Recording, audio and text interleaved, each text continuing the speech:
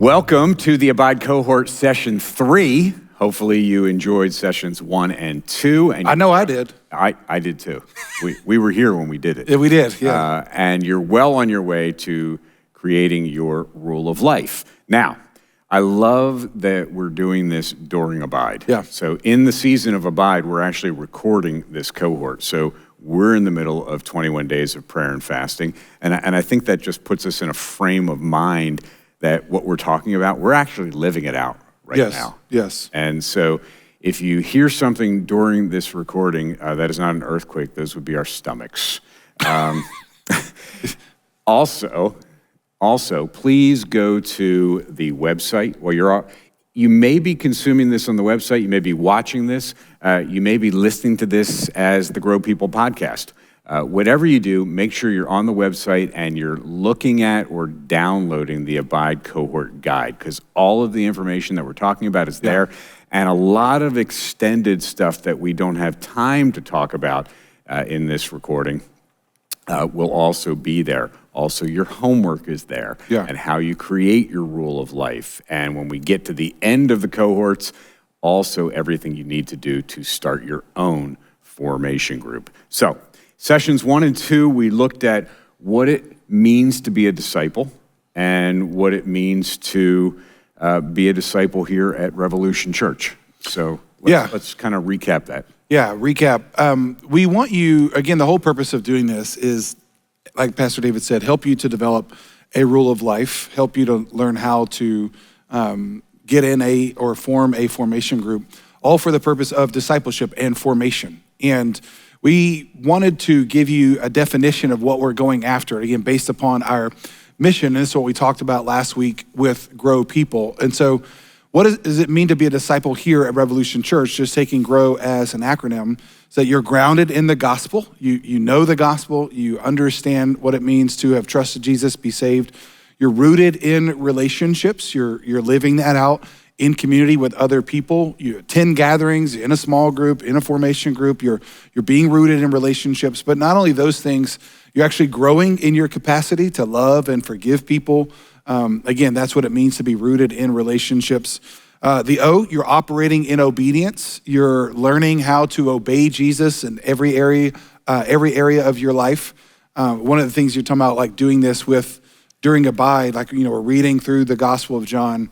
And something really struck me in John chapter 1 when it was talking about John the Baptist and how it says Jesus came after him, but he ranked before him. Well, that's what it means to be living in obedience. Operating in obedience means you understand Jesus ranks ahead of you, and therefore you're living your life underneath his authority.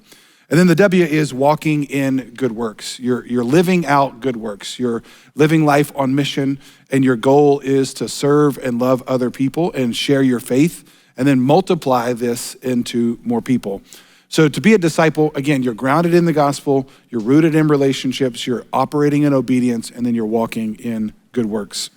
One of the things that I've noticed during the season of Abide is people are fired up. Now, this is not data informed. I'm not saying that, 10,000 people are fired up, but people seem to be more excited. Yeah. And I think the revelation that you had, and I don't know if it was in the shower or where it was, that John had 21 chapters. I don't know. And we've got 21 days of prayer and fasting. Yeah. So going through those John journals, I have found it life-giving. Me too. Yeah, I've really enjoyed it. I've enjoyed, and we're doing it as a family, so me, Lindsay, my wife, and Natalie, my daughter. It just feels more cohesive, like we're actually walking through a book together and going over some of the things we want you to develop in your own rule of life, like REAP. And so, it has been really great because as we talked last week, the goal is formation. And very simply, and I like math equations, but formation is about doing the right things over time. And that's why this 21 days, and even if you're watching this afterwards, we want you to develop a rhythm in your life of doing the right things over time, because that's what leads to formation or fruitful formation. Mm-hmm. Faulty formation is about doing the wrong things over time. Because the old adage, time heals all wounds, that is just simply not true, because it takes time, yes, but time itself doesn't heal anything. We have to do the right things over time, not the wrong things over time, in order for us to have a fruitful formation. Yeah, and one of the things we've talked about before on the Grow People podcast is those right things, sometimes they're good things that you have to cut out of your life. Yeah. Sometimes you have to say no to good things to say yes to the right things. So doing the right things over time is what is fruitful formation. Yeah, and one of the things we mentioned last week, which I just love as a reference, is that success sequence. Mm-hmm. And again, this is a very famous study that was done, and I don't know if you looked it up, but you can. But just talking about how to make sure people do not end up in poverty.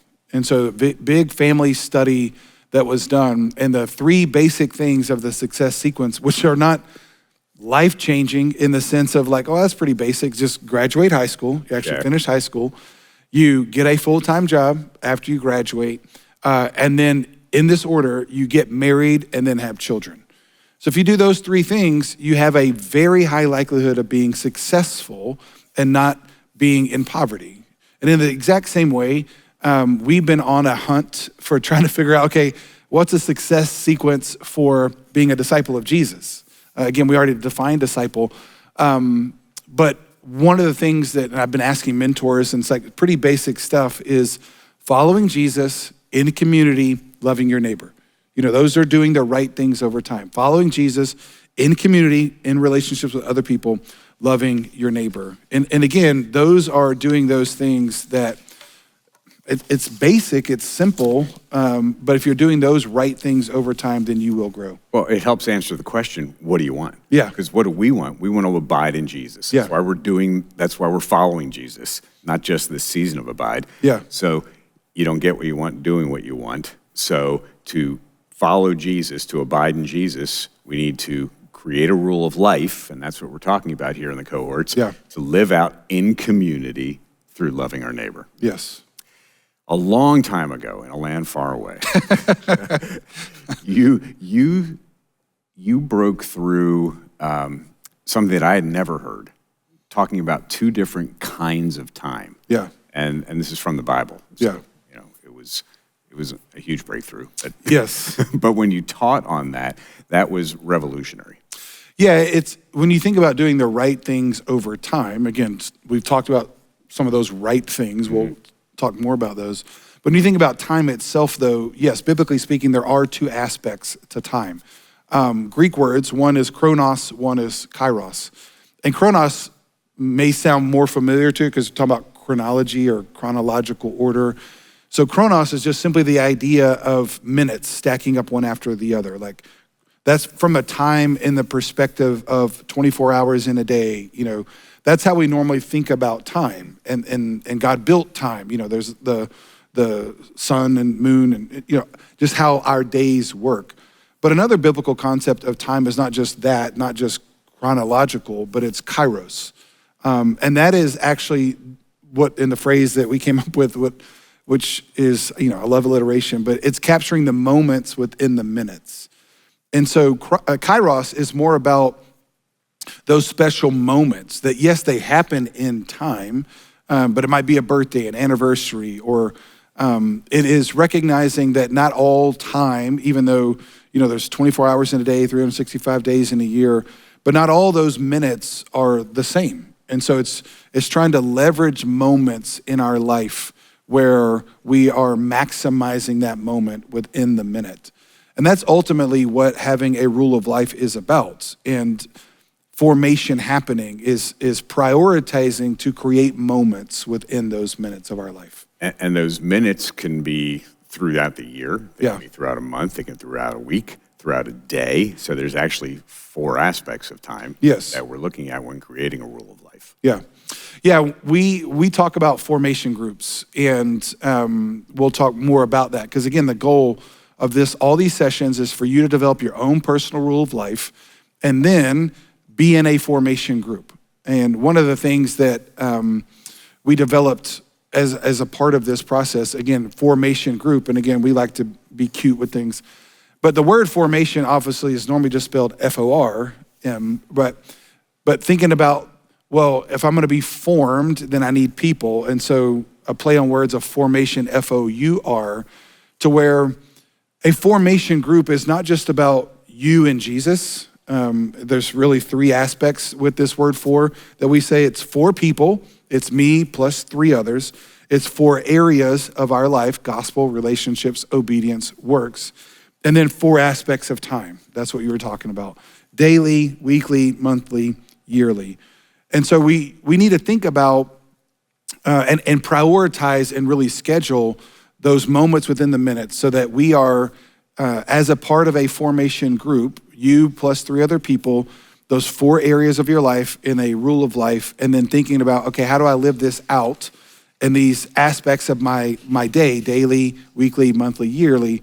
Those are those four aspects of times that I'm trying to prioritize to make sure I'm living out rhythms within those minutes. And it's important as you're thinking about this in the context of creating your rule of life.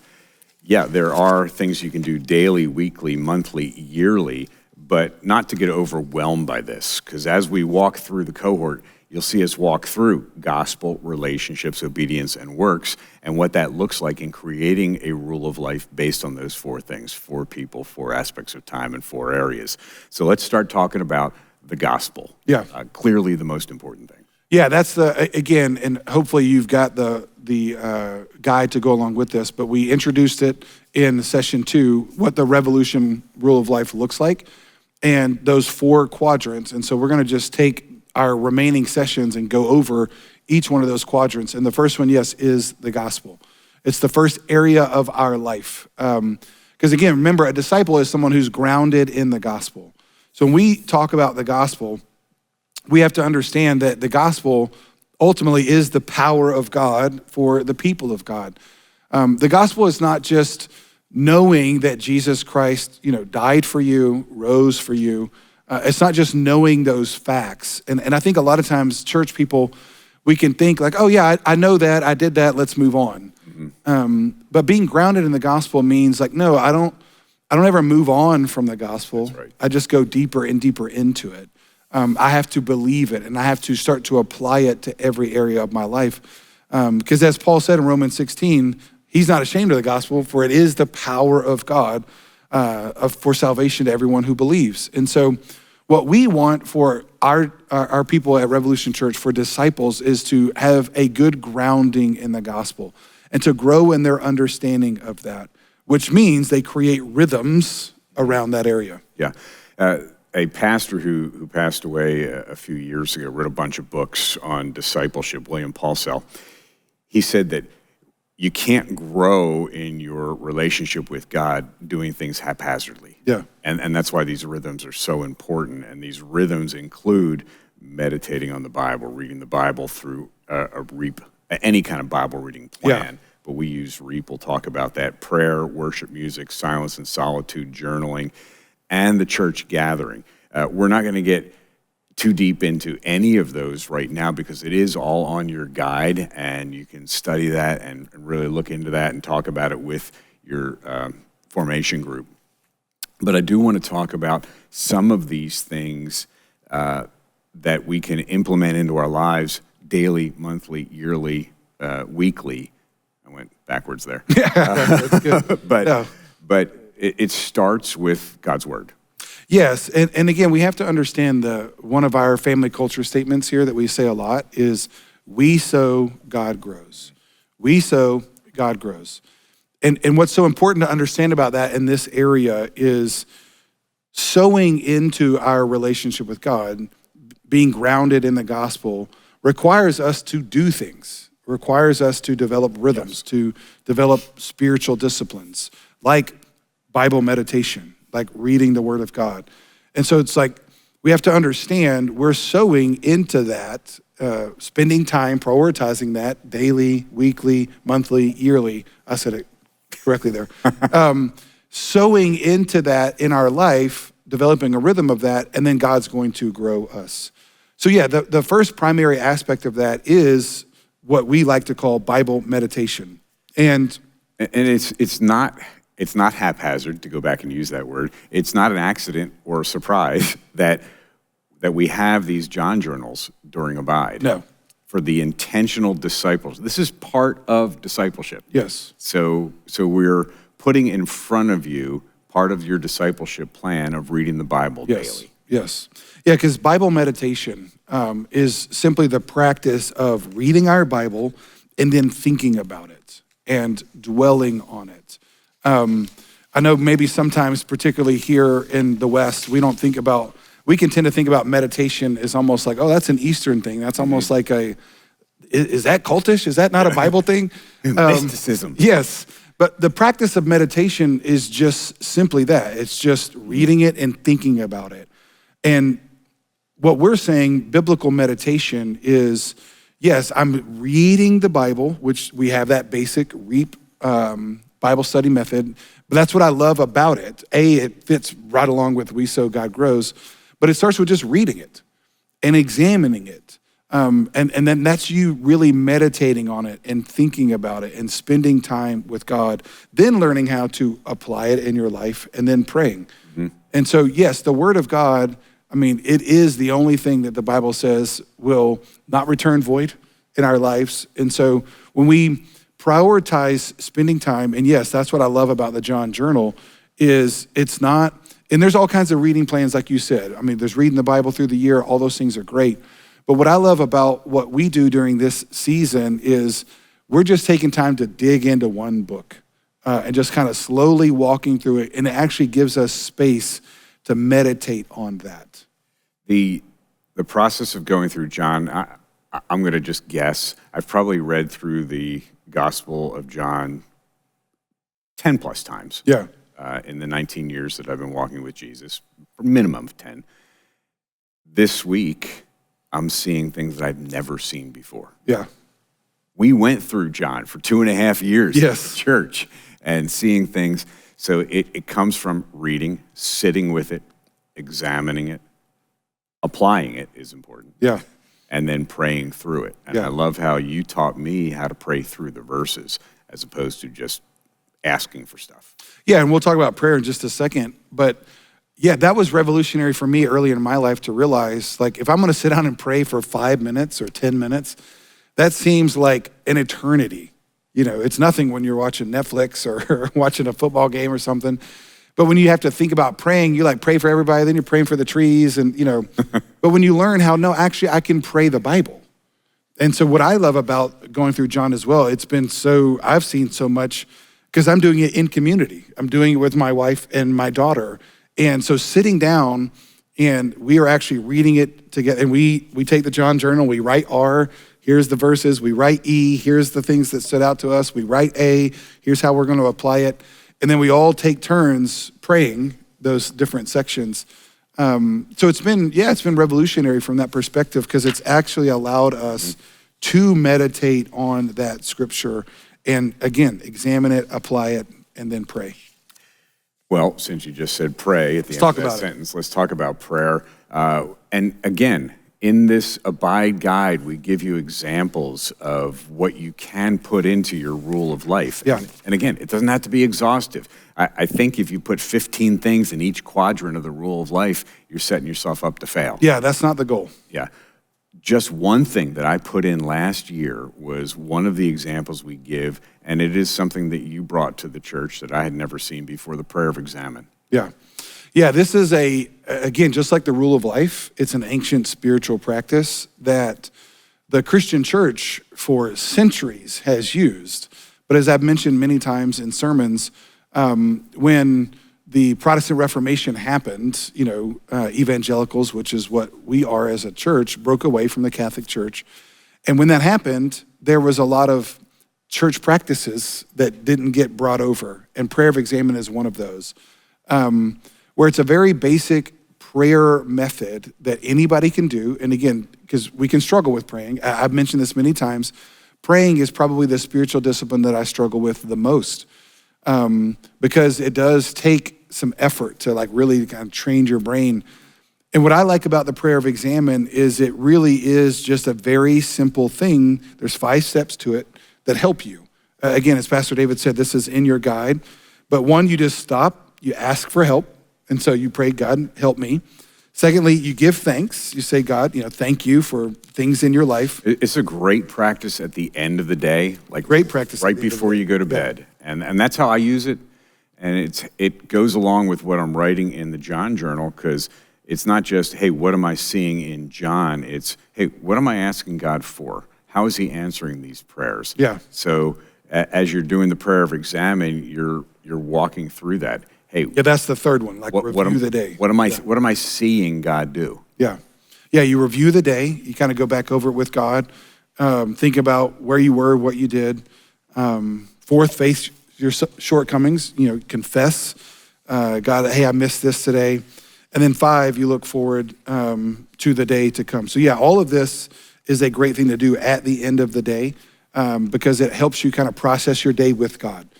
And that's really what praying is. I think so often we're just like, all right, God, I need to tell you how great you are, then I need to ask for what I need, But prayer is just simply that, just processing. It's a relationship with the person. Mm-hmm. And just like how any relationship with a person works, you sit down and you have a conversation. So you process your day with God, and that's a very simple way to do that. And a great way to be grateful and just list off the things that you're grateful for. And as we have talked about before, and you talked about it in a sermon, gratitude is the lubricant of the brain. Yeah. Yeah, just the practice of, and that's why I love that it's in this discipline, the practice of being grateful for things. If we have a regular habit, scientists have found that one thing actually leads to happiness more than anything else. Because you're focusing on gratitude. It actually keeps your brain young. It actually helps you continue to stay focused and sharp. And so, yeah, it's a thing that produces, it's something we can do. We can sit down and be grateful. We can think through the things we're grateful for. Then it reaps the fruit of joy in our life. If the rule of life has seemed daunting to you so far, I want to encourage you, if you just have in your gospel quadrant reading the Bible meditation, and the prayer of examine, you're doing That's great. it. That's doing great. Yes. Again, and I'm glad you keep mentioning that. The goal is not to, because we give you a lot of examples in here, as Pastor David said, the goal is not to do all these things. Maybe over time you can get there, or you can do them like some you do daily, some you might do weekly, like a Sabbath. We'll talk more about that in another session. But yeah, the goal is just to look at these things and figure out some of them that you can put into a rule of life that create like just simple rhythms that you can actually do. One of my favorite practices, and we've talked about this for years, is silence and solitude. We did briefly mention that in sessions 1 and 2, but silence and solitude is another thing that you could institute into your life, and it may be something that you do quarterly. Yes. It may be something that you do once a year, or it may be something you do once a week, is just take some time. I went back to the 2 minutes of silence before and after reading my Bible. Yeah. Which is an enormous amount of time. Yes. You just sit for 2 minutes in silence. You can get about 10 seconds in before all of a sudden you're thinking about your grocery list, you're thinking about this, you're thinking about that. But what a great practice to calm your heart down. Yeah, and that is where, again, one of those ancient practices that was called the daily office that the church did. But yeah, it's a simple thing that you can do when you sit down. Let's say if you're gonna, hey, I wanna do 15 minutes of Bible meditation every day, or you can just say 4 days a week or 5 days a week. A very easy thing to do is, 2 minutes before and after is create some moments of silence for that. Because silence is blocking out the noise, but solitude is also being alone. And I used to struggle with that too, because I hated being alone. I didn't like it as a kid, and I'm such a relational person. But one of the biggest breakthroughs in my life spiritually was understanding, I'm not alone, I'm alone with God. So solitude is about being alone with God. So it's not just like being by myself. It is about being by myself with no other people around, but I'm being alone with God and being quiet before him. When I trusted in Jesus, so it's 19 years ago, I wasn't like this prior to, but I became a prolific journaler. Yeah. And then excuse me, then I kind of got away from that, but the intentional discipleship of handing every single person in the church a John journal has jump-started that, and I'm really enjoying writing things down. Were you a journaler? Are you a big journaler? No, I never was and never became one, like even after trusting Christ. But I do have, in addition, like in my own life, I have a Moleskine or Moleskine, however you say that. I say Moleskine journal that I have every year. In fact, I just ordered mine. I'm a little late. I just ordered my 2026 one. And it has, the way it's broken down, it has daily on one side and then just like blank space on the other. And I do try, and I do enjoy when I do it, writing those things down. And so I do think it is a good idea, even after our Abide season is over. Yeah, you can use the John journal. That's why it's called that. But then you can get some other kind of journal. Like Lindsay loves this. Natalie, my daughter, loves this. And they use that to even take like sermon notes and gatherings and then their daily Bible reading. So I do think it is a very helpful practice. As the phrase goes, a short pencil is better than a long memory, you know? And so you can write things down, you can write your prayers down. So that is something that I am intentionally, that's a part of my rule of life to start doing that better. I saw D.A. Carson, my dear friend Don Carson. Yeah. we're not friends. We said hi to each other in the lobby one time. Yeah, but very famous theologian, by the way, yes, if you don't know. Yes, and I heard him speak on the topic of journaling, and he said, you know, those who do not think about and ponder the things that God has done in their lives should not be surprised when they don't see God moving. That's a good point. And I think that's the great thing about journaling is, and I don't go back every single week and read my journals, but I will go back and go, okay, this is what I wrote down. Has God moved in this area? Yeah. So I think that's really helpful. So keep your John journal that you're using right now. Yeah. And next January, next Abide, open it back up. See how God has moved, or see how God has moved throughout these 21 days. I've already seen him move, and we're just in the first week. Yeah. So journaling and Bible meditation and prayer of examine, those are things that you can have in your gospel quadrant. But for me, there is nothing greater, and this is from day one, 2006, nothing greater than the gathering of the people at church. Yeah. And we talk about that. That's why we call it a gathering, and that's why we stopped calling it a service years ago. Yes. It is the gathering of God's people. Charles Spurgeon says it's the happiest place on earth. I concur. Before Disney, yeah. Oh, well before Disney. Yes, he said it before Disney, and it is before. It ranks before Disney. Yes. Yeah, and gatherings, again, I think it's so important. And even when you think about just the discipleship process and how Jesus did that, and we talk about this a lot in our discipleship process, like Jesus had thousands, hundreds, 12 and 3, you know, or the 72, 12 and 3. And that's the approach that we've taken as a church. Like we have gatherings, large gatherings, and then we gonna have courses that, you know, this is kind of part of that hundreds, 72 serving on a team, 12 in a community group, 3 the formation group. But nothing can replace, you're right, the gathering of the church. And that is why we now will correct people. They say a service, we say, no, it's a gathering because it is the gathering of the people of God. So every week, it's like a family gathering where we come together. And the express purpose of a gathering, first and foremost, is it's for God. We come together to worship God. We come together to meet God.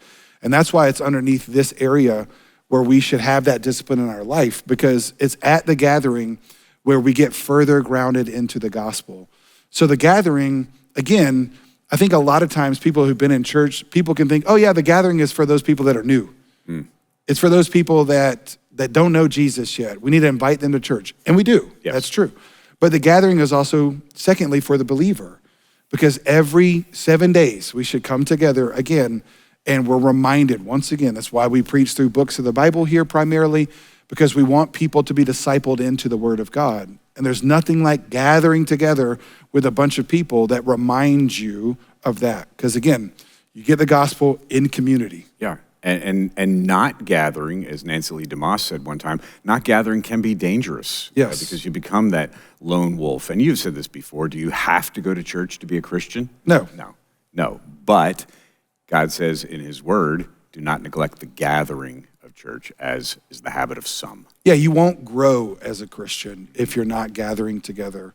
And again, there's multiple ways to do gatherings. We're not saying the way we do it is the right only way, but we're just saying you need to prioritize gathering together with the church. And in your Abide Cohort Guide, there are things that you can put into play that we haven't gotten into those details, but prioritize the gathering of church. Yeah. Prepare for the gathering of church. If you come to church on Thursday, that's a Wednesday decision. Yes. If you come to church on Sunday, that's a Saturday decision where you're already preparing yourself, you're preparing your family for, hey, we're going to get together. This is the most important time of our week. Yeah, we're prioritizing that. So hopefully you're beginning to understand a framework for creating your rule of life. We're going to get into session 4 in just a minute. But as you're thinking about this, remember, and we've talked about this several times, it shouldn't be something daunting. It should be something exciting. It should be something doable. It should be something that if you get a week into it and you've got 17 things on your to-do list, put some things on your to-don't list. Yes, yeah. So you can do that. We're going to look at the R in grow in session 4. This was the G in grow, G-R-O-W. Yeah, we'll get to obedience and we'll get to works. So thanks for joining us in the Abide Cohort, and I hope that you are creating your rule of life to live out in community, to love your neighbor. That's right. Welcome to the Abide Cohort Session 4. David Stein, Pastor Jason. It's me. Hopefully you have enjoyed the first 3 sessions of the cohort and you're well on your way to creating your rule of life to live out in community, loving your neighbor. Because that's the success sequence. That's the goal. If you're going to be a disciple, and I love how I was going to say we define disciple. No, that was Dallas Willard who defined disciple as somebody who has made the decision that the most important thing in their life, is to learn, because that's what disciple means, learn. Yeah. Learn how to do the things that Jesus said to do. Yes. So that's what we're doing here in this cohort, session 4, as we go to all 4 aspects of, or 4 areas of GROW in 4 areas of time, 4 aspects of time, with 4 people to create your formation group. We're going to talk about relationships right now, because that is the R in grow, and we are built for relationships. Yeah, again, it's understanding that it's not just about us having a relationship with God. That's the gospel, what Jesus did to get us back in a relationship with him. But it's understanding that God is saving a group of people, not just a person. Mm-hmm. And so therefore, we're a part of a family now.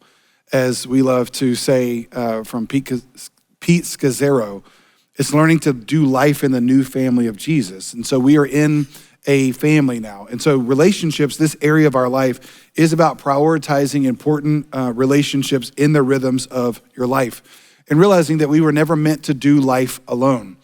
And I know for me, early on in my walk with Jesus, this was something that took me a while to understand. And partly just the way, again, talking about faulty formation and how I grew up and how I was raised. Even though I'm a very relational person, I love being with people. It took me a while to understand that it's actually being transparent and vulnerable. We'll talk about that in a minute. With people, so it's about being in community with people that actually helps me to grow in my understanding of the gospel. Mm-hmm. And so it's about being rooted in relationships. You can have a lot of relationships. You can have a lot of friends, but there are a couple aspects that you must have if it is a biblical relationship, and one of those is transparency. Yes. Because you can be transparent and not vulnerable. Yes. And this was, again, a key revelation in my own life is, again, it's understanding that the gospel lived out in the context of relationships is the key to transformation. But when we talk about relationships, what we're talking about is, in order to be in relationship with people, you have to be transparent. And transparent is about being honest with people. But being vulnerable is actually asking for help. So you can confess your sins to whoever you want, but if you're not saying, hey, I need help. Yeah. You're falling short. You do fall short. Yeah, and this is when I was with, was in a community with people. I was at a retreat on a sabbatical that I took many years ago. And the counselor was leading us through this process. And she talked about being vulnerable. I said, I have no problem being vulnerable. And she goes, oh, Jason, I don't think you understand what I mean. You're talking about being transparent. You have no problem being honest with people. And I'll tell you just about anything in my life, what's going on. And probably sometimes in sermons, I share too much, as Lindsay tells me. So I'll be transparent, but being vulnerable is about actually asking for someone to help you. Because it's at that moment when you actually need help, you're making yourself vulnerable because they have to actually come through. Like being transparent doesn't require anything from anybody else. Right. It just requires me to be honest. But being vulnerable is saying, no, I actually need you to help me. Will you come alongside me? Will you help me? And then they actually have to come through. And so many of us, because of our own faulty formation, we're not good at being vulnerable because early on in our childhood or our life, people failed us. Yeah. They didn't come through. So we put ourselves out there and they didn't help us. And that was really my experience in that. And so, yeah, relationships require being honest with people, that's being transparent, and also being vulnerable with people. And the reason why, again, we want to frame this way for this area, this is growing in relationships, in community with other people. It's not just going to church, being in a group, doing those things. You can do those things and not be vulnerable. Right. And so relationships is a broader, that's why we said is being rooted in relationships. It actually requires more than just activity, because I can do those things, but I'm not being transparent, I'm not being vulnerable, then I'm actually not growing in this area of my life. And speaking only from the point of view as a man, that is one of our struggles, is not only being transparent, but certainly being vulnerable, certainly asking for help. We won't ask for help at Home Depot. I would rather walk around wondering where the light bulbs are than ask for help. Yes. And asking for help is not just a gift for yourself, but it's also a blessing to the other person, because maybe they get to step into their gifting. Totally, and that's what relationships are for. None of us have grown without the help of other people, whether that was parents or grandparents or whatever your family dynamics were. And so there's no way we can grow without other people helping, but somewhere along the way, and it's not a uniquely man problem, but definitely men suffer from it. We just become self-reliant. We think, well, if it's gonna be done right, then I gotta do it. And sometimes that may be the exact opposite. In order for it to be done right, someone else needs to do it. Right. Yep. And so, there's people like at Home Depot that are experts. What is it? You can do it, we can help. Yeah. It's a great example. Yeah, you gotta ask them. Yes. If you listen to the Grow People podcast, you've heard us talk about this, that when Pastor Jason is writing his sermons, he is closed up in his office, he's got his headphones on, and he is singing. Yes. And loudly. And not goodly. Not goodly, but loudly. But loudly. And the louder he gets, the better the sermon's gonna be.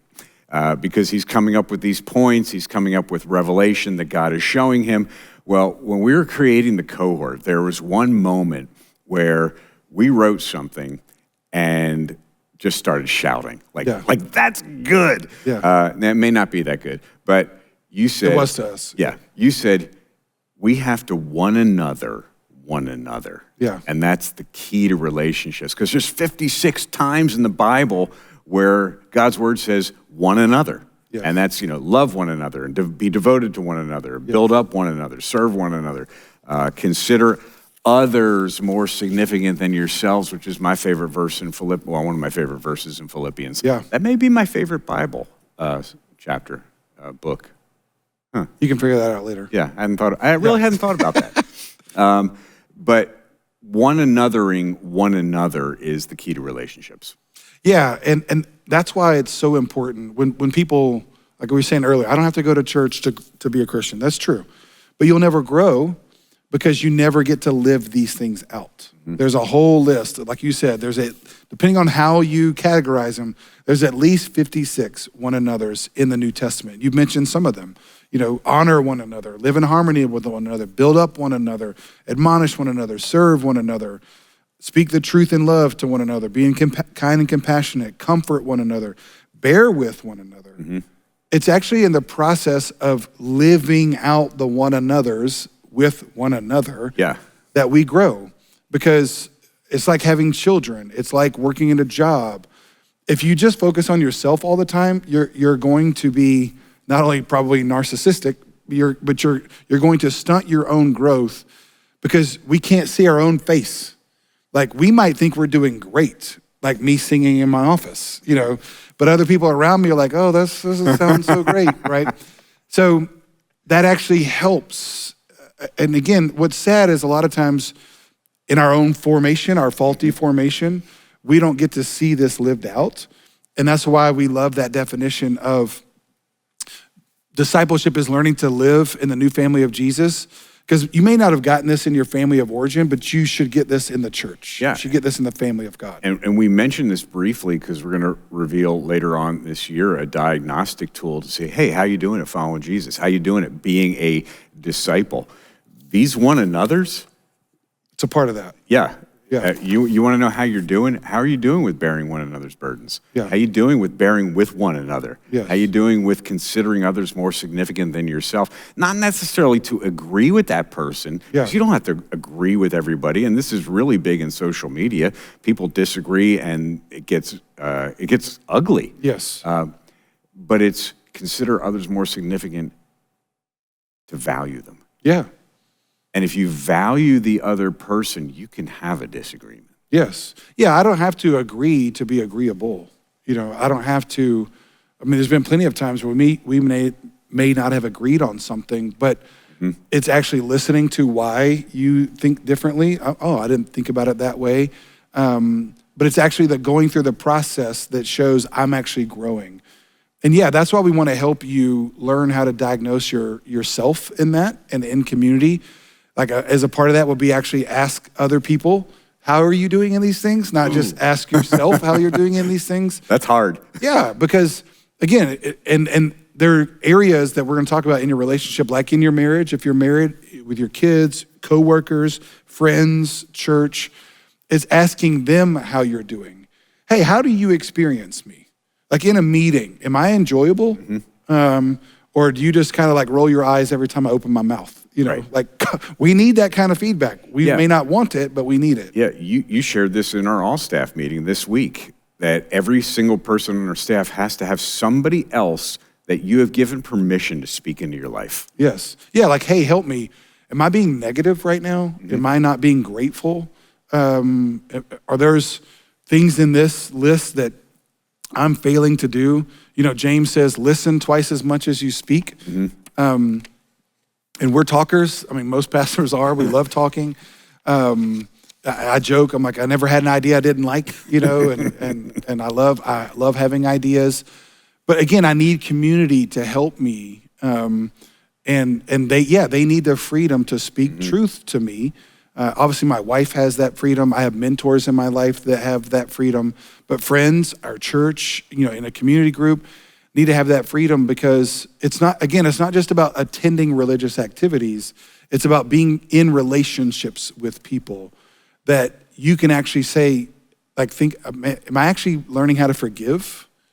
Am I actually learning how to reconcile? Do I know how to do conflict resolution? That's a big one. Am I listening more than I speak? Am I growing in those areas of relationship? That's one of the things in premarital counseling. We focus an entire week on conflict resolution. Yes. Because you will have conflicts. Yes. The happy couple that comes to premarital counseling, we've never had a fight. Oh, yes. Well, your first one's going to be a doozy. Just welcome to marriage. Yeah. We give you recommended baseline practices in this Abide Cohort Guide. So again, make sure you're reading this as you're watching this, or you've printed it out, because it goes into way more detail. But we do want to talk about those relationships that you can have into your rule of life. For example, marriage. Yes. You may just want to have in your rule of life date night with my spouse every week or every 2 weeks, however you want to play it. Yeah, the point, and I'm glad you mentioned that. Yeah, we have baseline practices for all areas, but this one is prioritizing a few key relationships in your life and setting a few actions that you will commit to do with each of them. And so, yeah, the first one can be marriage, not Mary. Mary's my sister. But in marriage, saying, okay, what are some basic practices? And Lindsay and I heard this, my pastor, when Lindsay and I first got married, and you can use this one. I didn't come up with it, but he said dialogue daily, like talk daily. date weekly, and then depart quarterly. And we've kind of used that as a framework, as a very simple framework. Not from each other. No, go on a trip together, So Lindsay and I have used that as a baseline for us. Again, we try to talk daily. And one of Lindsay's most favorite things to do is go on a walk. And so we just go on a walk and talk, and again, that's a doable thing. Yeah. We can do that. Try to date weekly, go on a date. And when I say that, that's without children if you have kids, and then depart quarterly together. So again, those three examples right there in your marriage are an example of daily, weekly, monthly, quarterly, that kind of thing. Kids. That is another aspect of relationships. Yes. And Paul David Tripp and his wise mustache. Yeah. I've loved everything I've ever read from He's an Paul author David. and pastor, if you don't know who he is. He wrote Shepherding a Child's Heart, I believe that was the title of the book. But he said, and I'm going to have to read this, in every moment when you are parenting, you are being parented. In every moment that you're called to give grace, you are being given grace. In every moment when you are rescuing and protecting your children, you are being rescued and protected. In every moment when you feel alone, you are anything but alone because He, God, goes wherever you go. That's for any aspect of life. Yeah. Yeah, again, those of you that have children, that is something that we have to prioritize as parents, and that's why we included this in your rule of life. So obviously, if you don't have kids, this section doesn't apply to you. But if you do, it's understanding that, I've got a son that's married now, a daughter that's thriving. Yeah, it's crazy. And I saw a stat, and every parent hates to see this stat because it makes us sad. But by the time your child turns 18, you will have spent 85% of all of your time with them already. So we think about our children, and again, my son is 22, my daughter's 16. Well, particularly with my son, I've already spent now 85% of the time I will spend with him his entire life. That's already gone because now he has his own family. He's moved out and I won't spend as much time with him. And so again, as parents, it's making sure we prioritize this in our rule of life to where things like you're having regular, meaningful conversations with them.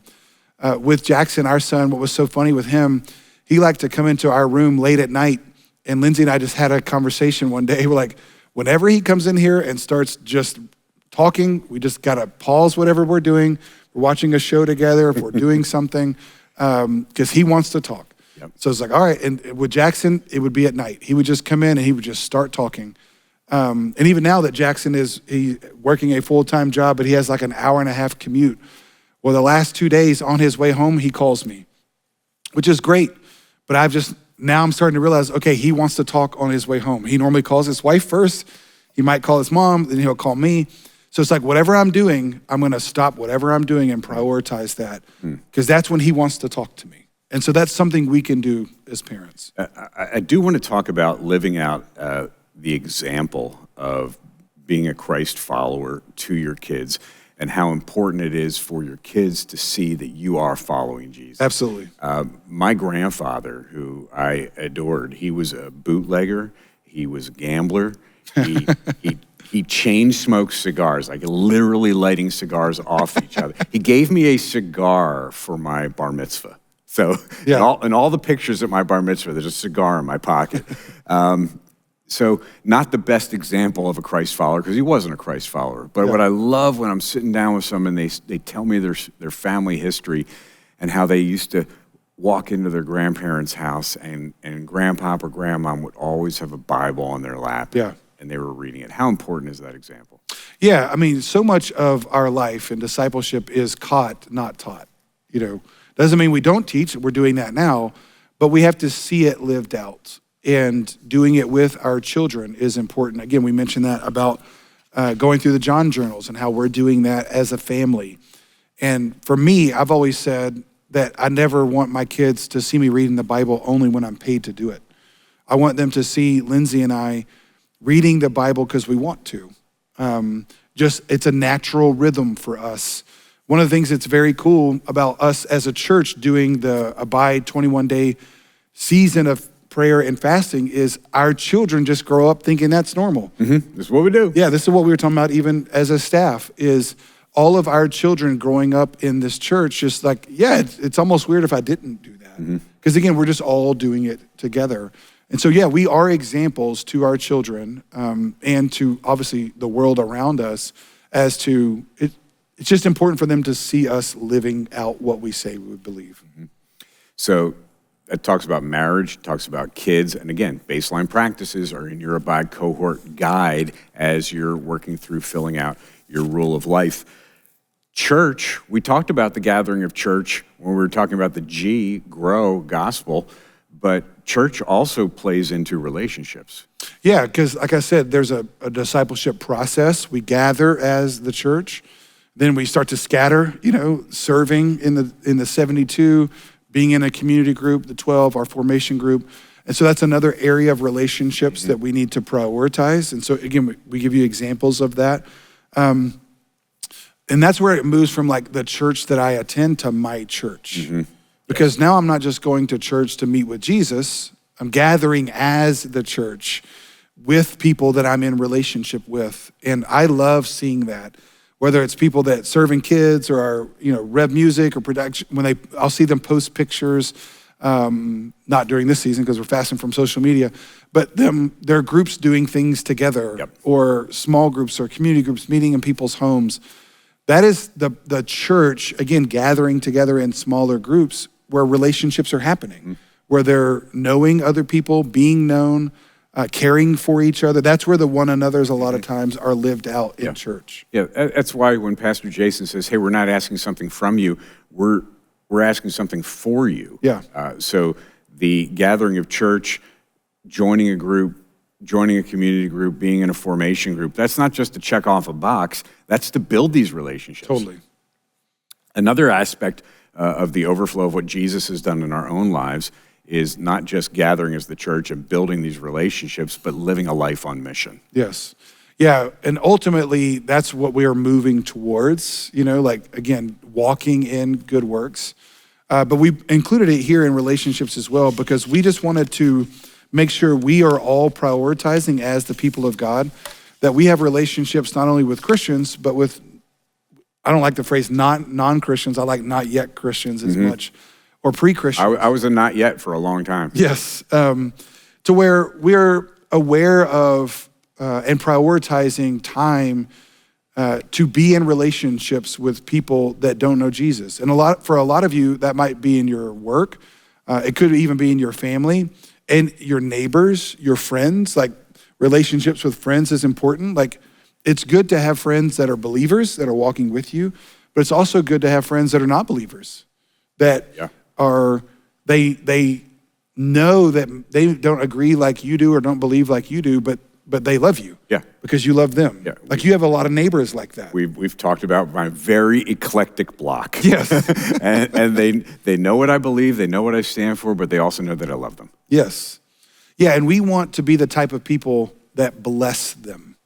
One of the things that it's in a part of our community groups now, but it's in here as well, and we'll talk more as a church, is how to bless people. And there's a very simple practice here, just like reap, there's a very simple practice called bless, where you can see in the guide, where you begin with prayer, you're praying for those people, you're listening to those people, that's the L, you eat with those people, you develop relationship with them, you serve them, and then eventually you share your story of how Jesus changed your life. Yeah, so think about it in the context of even your closest neighbors. If you're praying for them, that's where it starts. Yes. And like we have talked about, you just mentioned James, listen twice as much as you speak. And I've tried to grow in that area, especially as a leader, is to be a better listener. But you're never going to get to know somebody unless you listen to that person. Yeah. So you're listening to your neighbor. You're finding out, hey, where are you from? What do you like? Maybe you can find a way that you can serve them just by listening to them. And then have a meal with them. Have a barbecue. Invite them over for chili. Jesus did this. Yeah. This is what Jesus was known for. He was a friend of sinners. Yeah. If you have a community group and on Tuesday nights at 6:30, your block is filled with cars and your neighbor's like, what's happening over at your house? Hey, invite them over. Yes. It doesn't have to be creepy weird. It could just be chili night. Yeah. And then serve them. Yeah. And you can easily find out a way to serve somebody if you just listen to them. Yeah, just ask. Yeah, and it may be, hey, could you take my trash out while I'm away this week? Yeah. For you, it's, hey, I left my door open again. Will you go shut that? Will you go shut the door so my chihuahua doesn't leave? Yeah. Like he's ever going to leave me. Yeah. But he has gotten out. Yeah. Yeah, sometimes I'll leave the door open. Yeah. And my neighbors will call and say, can I serve you?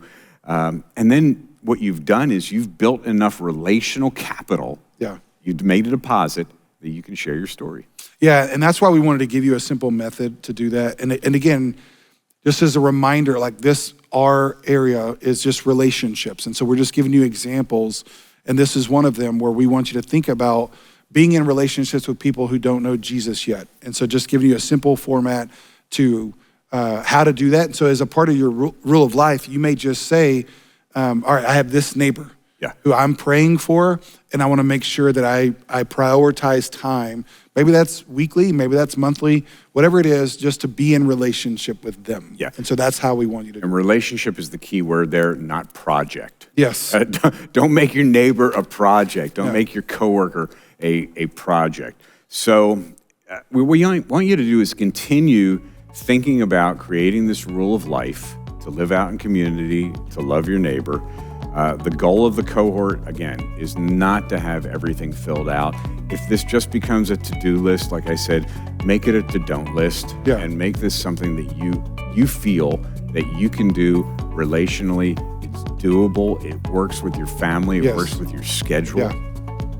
The rule of life, and Pastor Jason has this here. It looks like this. And that is in your cohort guide. And as we work into sessions 5 and 6, you'll see how this really fleshes out. Yeah, like you said, this rule of life, it's just a template that we've given you. You don't have to use this. We just wanted to give you something for you to write in. And we've talked about gospel and relationships. And as Pastor David just said, 5 and 6, we'll do obedience and works. But it's just thinking about those 4 areas of your life and the 4 aspects of time. And yes, some simple things that you can do there that are actually doable. Again, we're not trying to overload you. That then you can start to develop those rhythms in those areas of your life, and then hopefully be in a formation group with 3 other people that are helping you live this out. And oh, what a surprise. All of these things are exactly what Jesus said to do. Yes. So becoming a disciple is the most important thing, is to decide, hey, I'm going to learn what it looks like to follow Jesus and do what he says. Yes. And that's session 4. Yeah, so we'll be back for session 5 and 6, and you can start to work on your homework for these.